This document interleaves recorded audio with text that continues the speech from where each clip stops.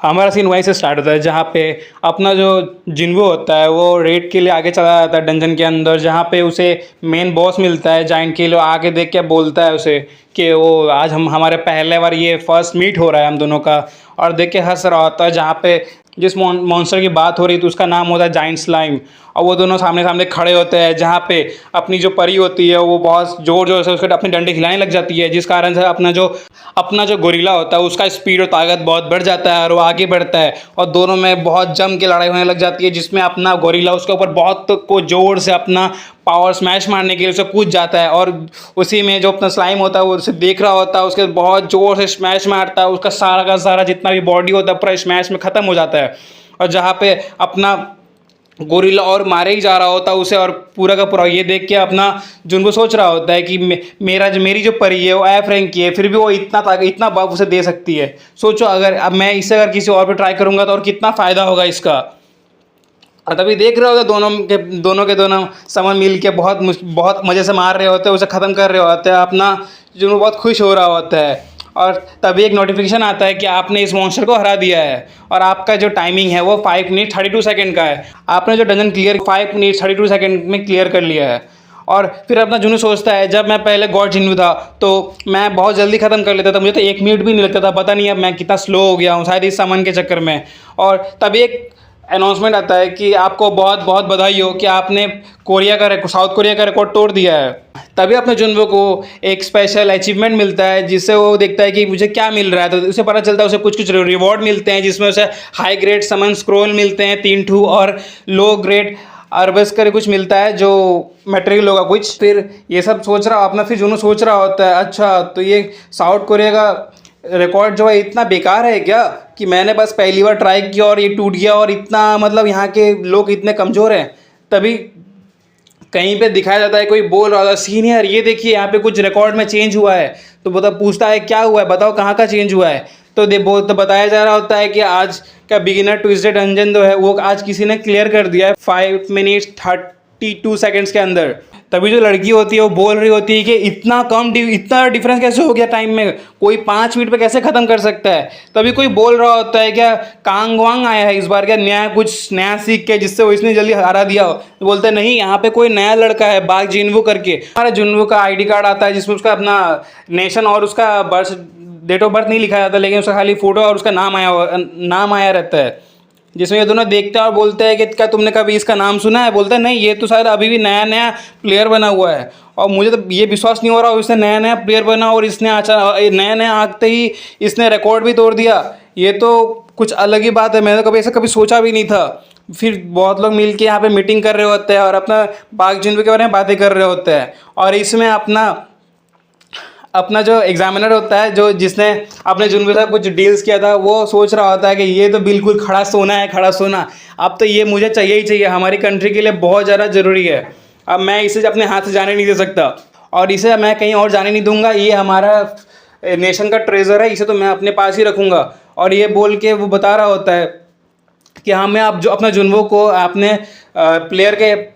तौर से अपने जुन्वो को यहाँ पे रजिस्टर करा लेना चाहिए था बिना कुछ सोचे समझे। तो कोई बोल रहा होता है इतने जल्दी, अभी तो बहुत सारा टेस्ट बाकी है। तो तभी कोई बता रहा होता है तुम्हें क्या लगता है इतना आसान है किसी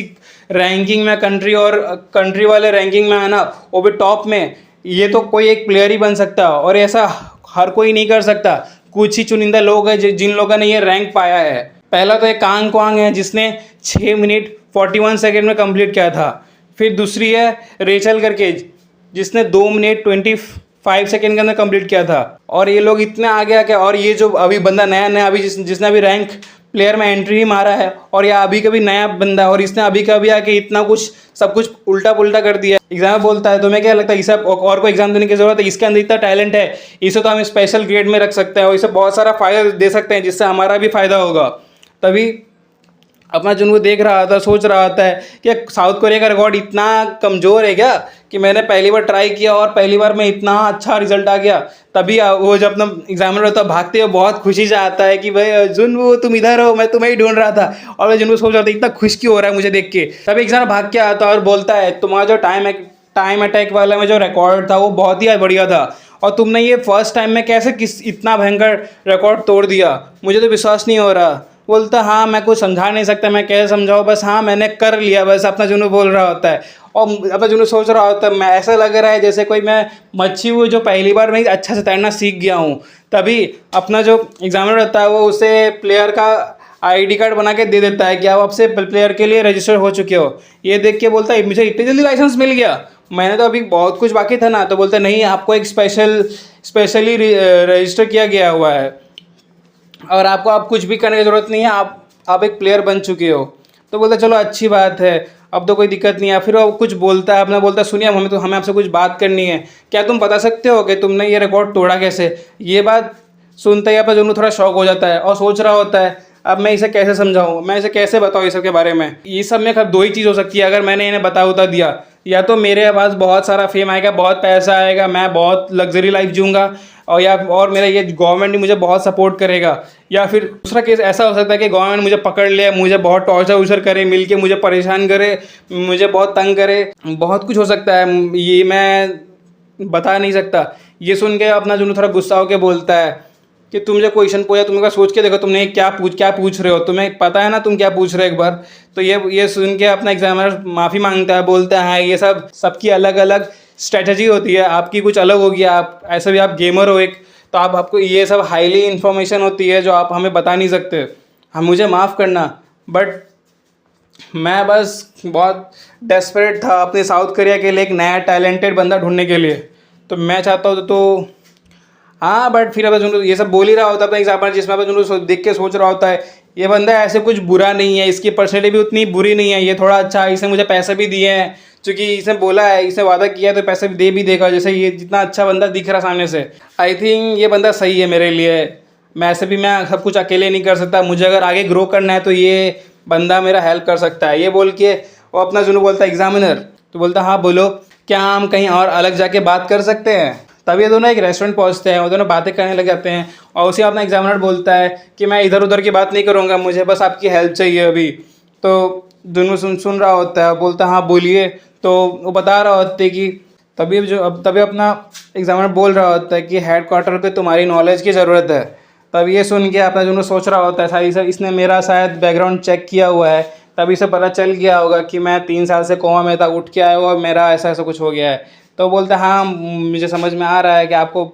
पता चल गया होगा कि मैंने आपके ऊपर ताका-झाकी की है, बट हमें माफ़ करिएगा, बट मैं क्या करूँ, आप इतने अच्छे प्लेयर हो और आपने पहली बार रजिस्ट्रेशन कराया था और आपने इतना सारा अच्छा आपका परफॉर्मेंस है, तो मैं क्यूरियस हो गया था, इस कारण से मैंने पता कि आप टेंशन मत लीजिए, आगे से ऐसा कुछ भी नहीं होगा, मैं इन सबको संभाल लूँगा। तो बोलता है आगे से नहीं, आपसे तुम्हें ऐसा ही करना पड़ेगा, तुम जो भी मेरा इन्फॉर्मेशन है सब छुपाने के लिए, और आपसे कोई भी मेरे ऊपर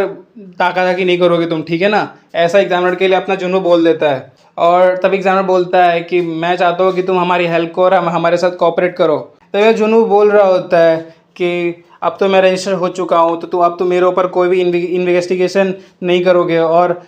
ये सब करने के बारे में सोचना भी हुआ, जिसमें अपना एग्जामिनर हाँ बोल देता है। और इसमें अपना एग्जामिनर सोच रहा होता है, अगर इसके अलावा जिसमें अपना एग्जामिनर सोच रहा होता है कि नॉर्मली इसके अलावा कोई और बंदा होता तो हमारी सारी बातें सुन के वो हमारा हेल्प करने के लिए कब का तैयार हो गया होता, बट ये काफ़ी अलग है। ये हमारा हेल्प करने से पहले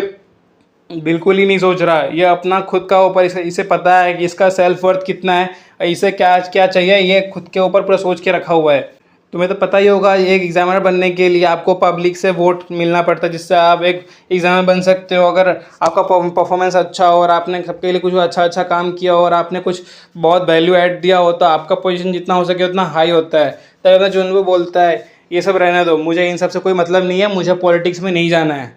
मुझे खुद के ऊपर अभी काम करना है, मुझे खुद को सपोर्ट चाहिए, तो मुझे किसी की ज़रूरत है बस। अपना एग्जाम बोलता है ठीक है, मैं तुम्हें सपोर्ट कर सकता हूँ, मैं बस जो भी अथॉरिटी है मैं उसे तुम्हें सपोर्ट करूँगा। तो ये सुन के बोलता हाँ, ये सुन के थोड़ा अच्छा लग रहा है। तभी अपना जुनून सोच रहा होता है ये जितना भी है बट एक पब्लिक ऑफिस है और इसमें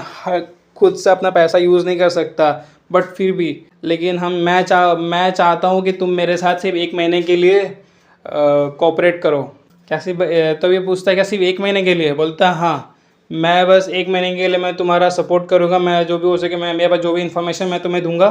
और जिससे मेरा भी ग्रोथ होगा और तुम लोगों का भी ग्रोथ होगा। बोलता है अच्छा ठीक है, जैसा तुम चाहते हो वैसा ही होगा, अगर हम ऐसा करके तुम्हारे साथ हम काम कर सकते हैं तो क्यों नहीं। तभी ना एग्जामिनर बोल रहा होता है कि अगर हम जो वैल्यू होगा वो कैसे डिसाइड कर, हम ऐसे डिसाइड करेंगे जैसे कि अगर तूने जो इंफॉर्मेशन दी है उसका वैल्यू और हाँ तुम्हें ज़रूरत है सामान की उसका वैल्यू बराबर होना चाहिए। बोलता है ठीक है, जैसा तुम कहोगे वैसा होगा। अगर तुम्हारा जो वैल्यू है वो जितना प्राइस का तुम्हारा इन्फॉर्मेशन होगा उस हिसाब से हम तुम्हें अपना वैल्यू देंगे उस चीज़ का, जो भी तुम्हें जिस चीज़ की भी ज़रूरत होगी।